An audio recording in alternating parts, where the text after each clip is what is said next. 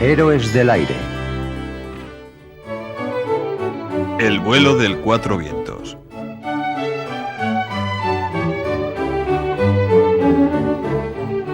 Con el vuelo Sevilla-Camagüey-La Habana, que Barberán y Collar realizan en el Breguet 19 Super TR, bautizado como Cuatro Vientos, culmina el ciclo de los grandes vuelos que quedará en la historia como la etapa más prodigiosa de la aviación española. El Breguet 19 Super TR Superbidón, fabricado por Casa en Getafe especialmente para este vuelo, era en aquel momento el más moderno de su clase. A pesar de ello, comparado con los modernos aviones de hoy, se aprecia mejor el valor de aquellos aviadores que con su técnica y valor dejaron el nombre de España escrito con letras de oro en la historia de la aviación mundial y marcaron el camino para el desarrollo posterior de nuestra aviación, que evolucionó al nivel de los grandes países, principalmente con las distintas promociones de pilotos que han salido de la Academia General del Aire en San Javier desde su creación hasta nuestros días.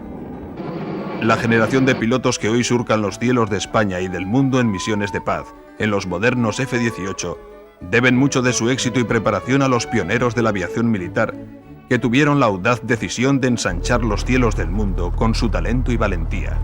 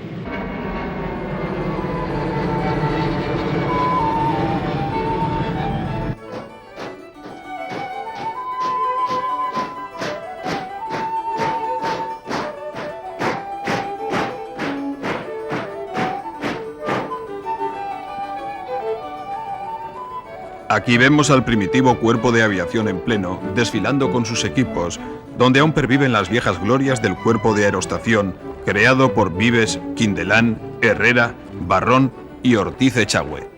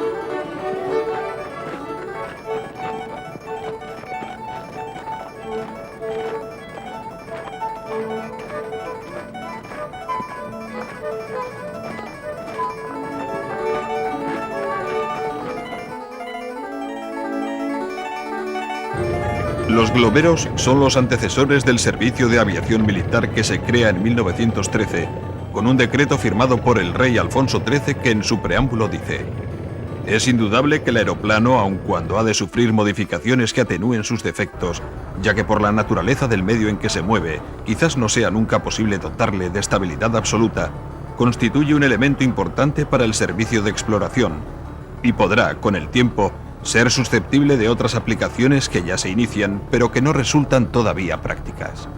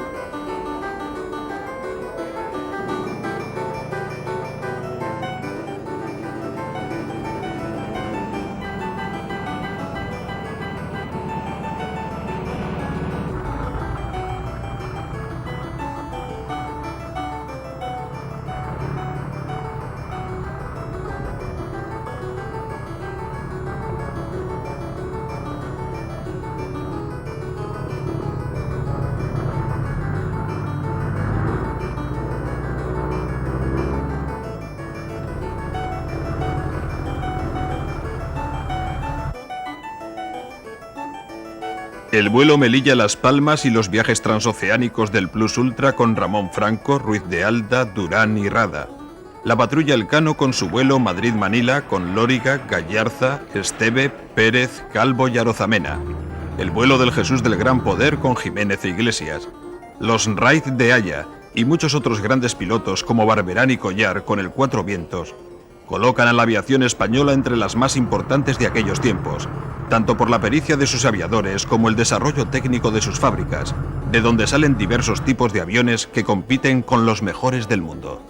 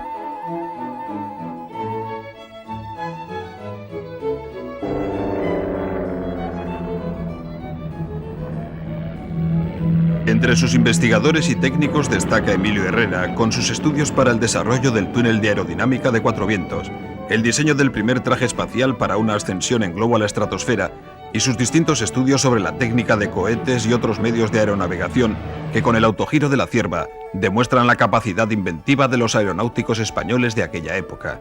Este gran momento histórico de la aviación española culmina con el perfecto vuelo de Barberán y Collar en el Cuatro Vientos, del que nos habla el investigador Antonio González Betés. Hay que tener en cuenta que Barberán procedía de ingenieros militares. Por lo tanto, la educación que recibió Barberán desde el principio fue una educación de tipo técnico. Le fascinó después la aviación y era tan estudioso que le llamaban el fraile aviador. Él buscaba en los libros la respuesta que no encontraba en el aire. Por ejemplo, él vio un gran porvenir en el uso de la radio en la aviación y tuvo su gran satisfacción cuando la inauguración del aeropuerto de Tablada en 1923 fue el que pudo hablar con el rey, que estaba en el puesto de mando por la radio. Después, a continuación, le nombraron profesor de radiotelegrafía y empezó a formar las unidades con grandes problemas, porque al principio los aviadores, aquellas cajas tan pesadas y tan inútiles según ellos, pues hacían que chocase un poco con la mentalidad aérea, y lo que querían eran aviones ligeros y aviones que no tuvieran problemas. Preferían llevar bombas a llevar radio. Pero Barberán demostró que la radio era muy importante y así se lo propuso a Ramón Franco cuando le llamó para la preparación del vuelo del Plus Ultra.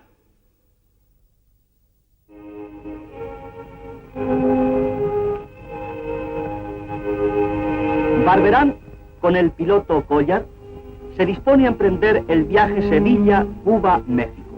El primero, modesto y sabio profesor de Oxford, va a dar una lección práctica de la ciencia de navegar sin gonio, sin radar, sin los actuales y seguros medios que protegen el vuelo. Para los que asistimos a la partida de aquellos héroes, en una tarde luminosa de junio, con nubes finas estivales y un ambiente de gran emoción en el aeródromo de Cuatro Vientos, tienes una extraña fuerza emocional de lo que revive y ya no existe. Es la gran aventura de un pasado de la que conocemos el trágico desenlace después de un triunfo glorioso, ya que el Cuatro Vientos, que partió de Sevilla el 10 de junio de 1933 y aterrizó a las 30 horas en Camagüey, al intentar a los 8 días la travesía a México, un paseo después de lo realizado, fue una avería del motor, el temporal acaso. Lo cierto es que nunca más se volvió a saber de ello. Joaquín Collar nació en Figueras. Obtuvo el título de piloto en 1929 con el número 1 de su promoción. Participó en la sublevación de Cuatro Vientos con Ramón Franco e Hidalgo de Cisneros. Fue considerado el mejor piloto de su tiempo. Mariano Barberán nació en Guadalajara. Como jefe de escuadrilla, participó en la Guerra de Marruecos y colaboró con Ramón Franco en la preparación del vuelo del Plus Ultra.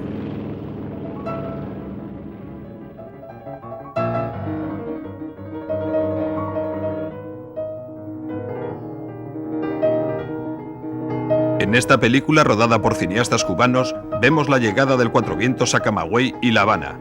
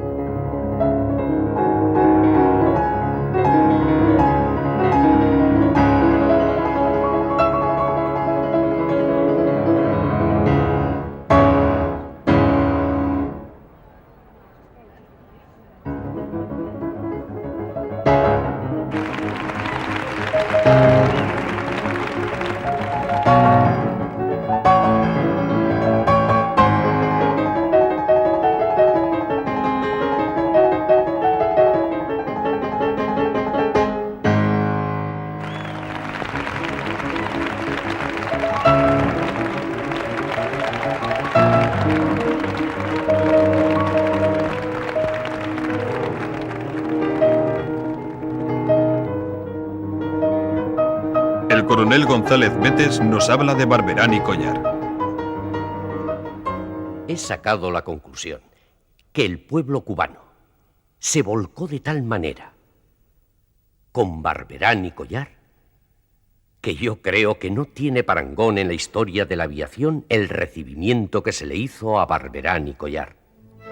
El vuelo del Cuatro Vientos está considerado como el más perfecto salto aéreo realizado en su época sobre el mar. En casi 40 horas cubrieron en vuelo directo más de 7.895 kilómetros. Mientras Barberán y Collar son agasajados, en Campo Columbia Madariaga pone a punto el avión para la etapa La Habana-Ciudad de México, taponando una fisura en el tanque de gasolina y revisando el fuselaje y el motor.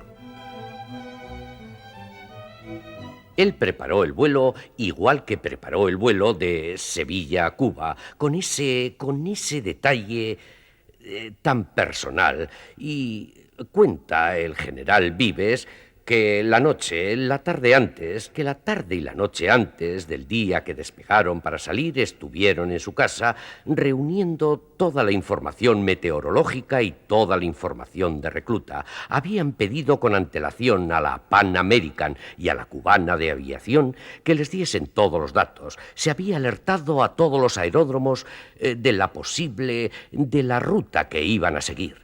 Convencieron a Barberán, aunque yo no creo que tenían que convencer a Barberán, ya que él iba a seguir la ruta que seguían las líneas aéreas normales, o sea, salida de Cuba, entrada por la península de Yucatán y dirigirse hacia Carmen. Y después de Carmen hay un trozo líquido que es el Golfo de México y va a Veracruz.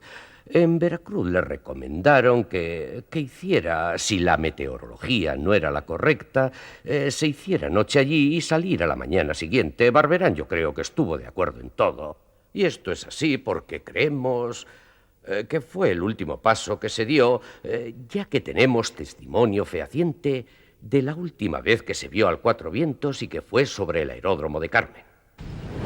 Los que investigaron la desaparición del Cuatro Vientos, incluido Ramón Franco, coinciden en que posiblemente el motivo de la caída del avión fue el fuerte temporal que se desató cuando volaban sobre el Golfo, entre Carmen y Veracruz. Sin embargo, muy recientemente, un periodista mexicano afirma haber encontrado restos del Cuatro Vientos en las montañas de Guacamaya, cerca de Ciudad de México, pero hasta la fecha las pruebas aportadas no confirman tal hecho. La desaparición de Barberán y Collar sigue siendo un misterio.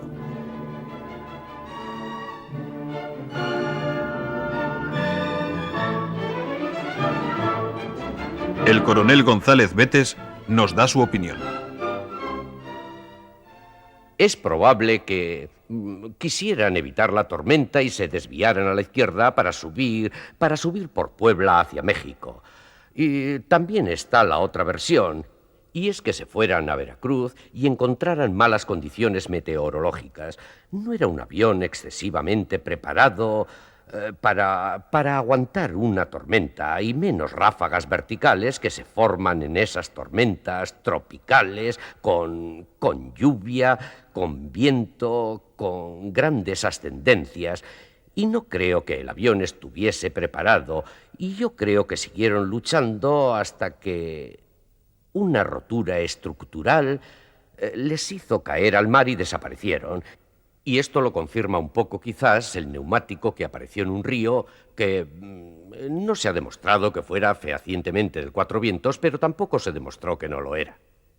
Entonces, Pirelli, ya que hay información de la consulta a Pirelli del neumático que apareció, no conservaba una ficha completa del neumático porque no tenía ningún interés. Además, era un neumático que todavía llevaban porque les había insistido Llorente antes de salir de Sevilla. A la fuerza hizo que Barberán aceptase los dos neumáticos. Esos que actuaban de salvavidas no eran los neumáticos de las ruedas del avión, eran dos neumáticos de salvavidas que llevaban en el avión. Y no puedo decir nada más.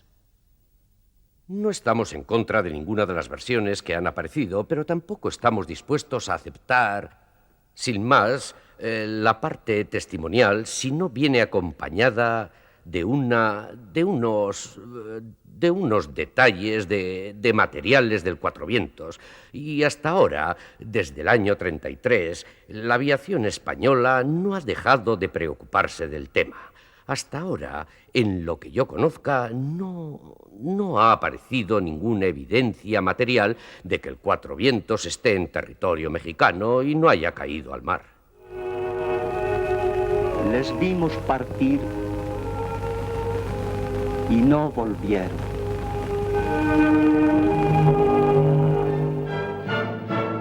La desaparición del Cuatro Vientos aún está por aclarar. Con el avión se fueron para siempre dos de los grandes aviadores españoles de aquella gloriosa época.